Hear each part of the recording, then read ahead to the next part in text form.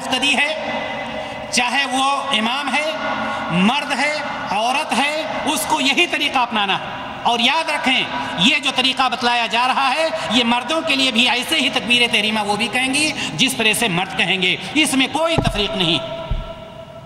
لا صلاۃ لمن لم یقرأ بفاتحۃ الکتاب۔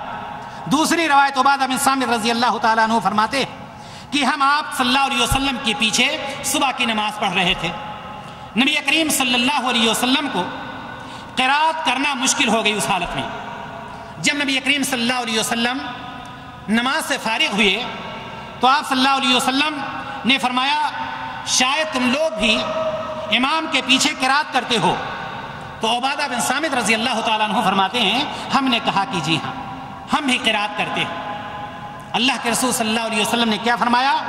لا تفعلوا، ایسا مت کرو، امام کے پیچھے قرات مت کرو، الا بفاتحۃ الکتاب، فرمایا لا تفعلوا الا بفاتحۃ الکتاب، ایسا مت کرو یعنی امام کے پیچھے نہ پڑھو مگر صرف سورہ فاتحہ، فإنہ لا صلاۃ لمن لم یقرأ بها، رواہ احمد والترمذی، اس لیے کہ جس شخص نے سورہ فاتحہ نہیں پڑھی اس کی نماز نہیں ہوگی۔ یعنی یہ کہ دوسری صورتیں پڑھنے کا حکم نہیں دیا گیا لیکن یہ حکم دیا گیا کہ سورہ فاتحہ آپ ضرور پڑھیے۔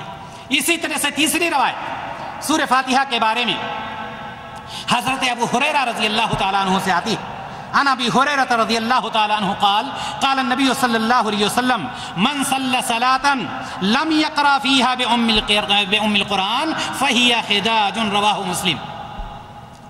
اللہ کے رسول صلی اللہ علیہ وسلم نے فرمایا حضرت ابو ہریرہ رضی اللہ تعالیٰ عنہ کہ جس نے کوئی نماز پڑھی اور اس میں ام القرآن یعنی سورۃ الفاتحہ نہیں پڑھا وہ نماز ناقص ہے، فہی خداج یعنی غیر و کامل، یعنی ناقص مانی جاتی ہے وہ رکعت اور وہ نماز۔ میرے بھائی اور دوست، اب سورہ فاتحہ پڑھنے کا حکم دیا اللہ کے رسول صلی اللہ علیہ وسلم۔ سورہ فاتحہ کے اخیر میں آپ جانتے ہیں آمین کہا جاتا ہے۔ ایک ایک چیز کو ہم لے کر کے ایک طرف سے چل رہے ہیں۔ سورہ فاتحہ کے اخیر میں آمین کہا جاتا ہے۔ آمین یہاں پر بھی مسئلہ ایک ہے کہ کیسے آمین کہیں گے۔ آئیے ہم دیکھیں نبی کریم صلی اللہ علیہ وسلم نے اس کے بارے میں کیا ارشاد فرمایا۔ عن وائل بن حجر رضی اللہ تعالیٰ عنہ قال کان رسول اللہ صلی اللہ علیہ وسلم اذا قرأ ولا الضالین قال آمین ورفع صوته، رواہ ابو داؤد والترمذی۔ اللہ کے رسول صلی اللہ علیہ وسلم کے بارے میں حضرت وائل بن حجر رضی اللہ تعالیٰ عنہ فرماتے ہیں کہ جب غیر المغضوب علیہم ولا الضالین کہتے تو اس کے بعد آمین کہتے تھے، ورفع صوتہ، اور اپنی آواز کو بلند کرتے تھے۔ اس بلند کرنے کے بارے میں ایک دوسری روایت آتی ہے اور حضرت وائل بن حجر رضی اللہ تعالیٰ عنہ اس کے بھی راوی ہیں، فرماتے ہیں سمعت النبی صلی اللہ علیہ وسلم قرأ غیر المغضوب علیہم ولا الضالین قال آمین ومد بها صوتہ۔ اللہ کے رسول صلی اللہ علیہ وسلم، رواہ الترمذی و احمد۔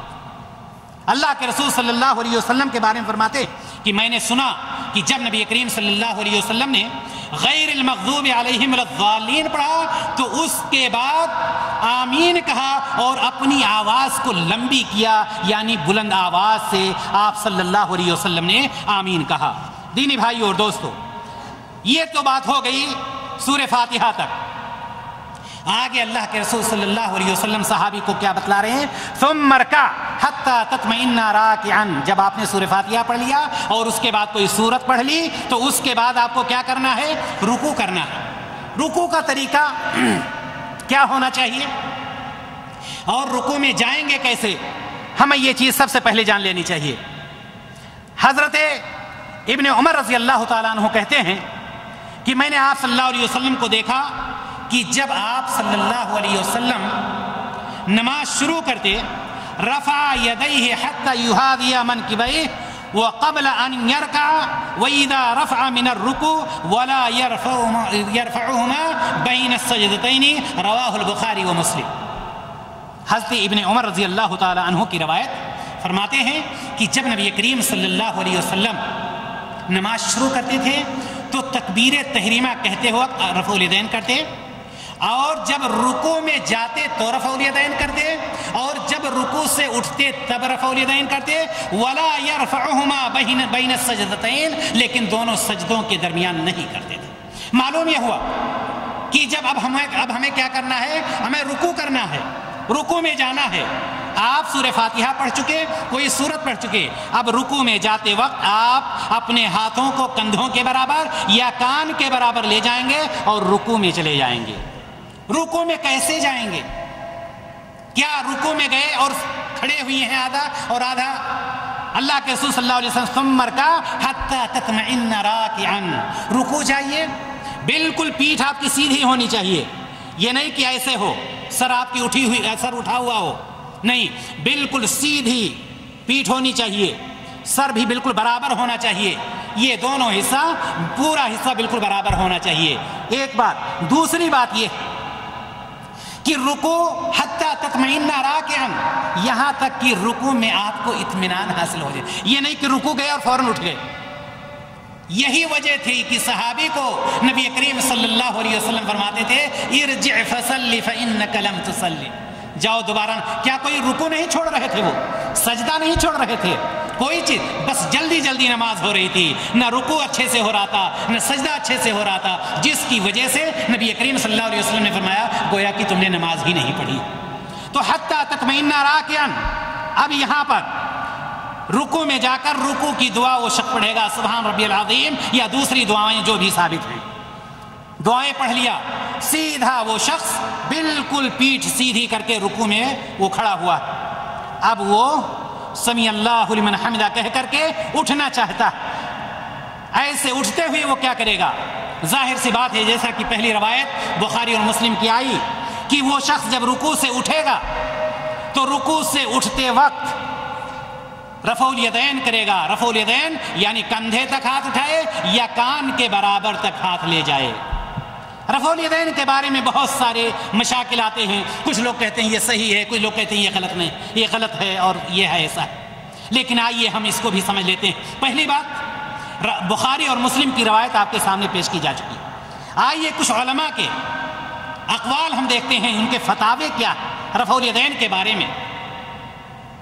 حضرت شاہ ولی اللہ محدث دہلوی رحمہ اللہ کو آپ جانتے ہیں، وہ فرماتے ہیں کہ جب رکوع کرنے کا ارادہ کرے، جب کوئی شخص رکوع کرنے کا ارادہ کرے اور جب اس سے سر اٹھانے کا ارادہ کرے تو اس کو چاہیے کہ وہ رفع الیدین کرے۔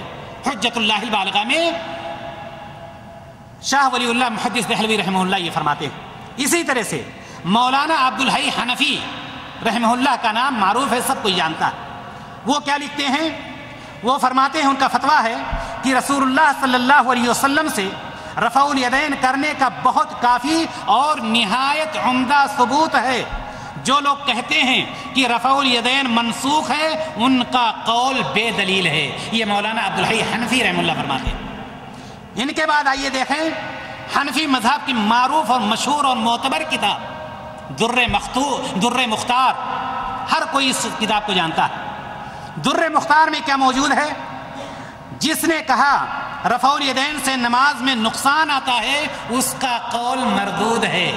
در مختار میں یہ چیز موجود ہے، حنفی مذہب کی بہت مشہور اور معروف کتاب۔ جس نے کہا رفع الیدین کرنے سے نماز میں نقصان آتا ہے اس کا قول مردود ہے۔ رکوع میں جانے کے وقت، رکوع سے اٹھنے کے وقت رفع الیدین کرنے سے کچھ بھی نقصان نہیں ہوتا۔ آئیے اور آگے چلتے ہیں، شیخ عبد القادر جیلانی رحمہ اللہ کیا فرماتے ہیں اس کے بارے میں، رفع الیدین کے بارے میں۔ شیخ عبد القادر جیلانی رحمہ اللہ فرماتے ہیں نماز میں تکبیر اولیٰ کے وقت، رکوع میں جاتے وقت اور رکوع سے اٹھتے وقت رفع الیدین کرنا چاہیے۔ غنیۃ الطالبین ان کی جو معروف کتاب ہے اس میں یہ چیز موجود ہے۔ معلوم یہ ہوا کہ اب ہمیں کیا کرنا ہے؟ رکوع سے اٹھتے وقت رفع الیدین کرنا۔ اللہ کے رسول صلی اللہ علیہ وسلم صحابی کو بتلا رہے ہیں ثم ارفع حتى تستوي قائما۔ اب ایک شخص رکوع میں تھا، رکوع سے اٹھ رہا ہے، اٹھتے ہوئے اس نے دونوں ہاتھ کو اٹھایا، اب اس کو کھڑا ہونا۔ کیسے کھڑا ہوگا؟ سوال یہ ہے کہ کیسے وہ کھڑا ہوگا؟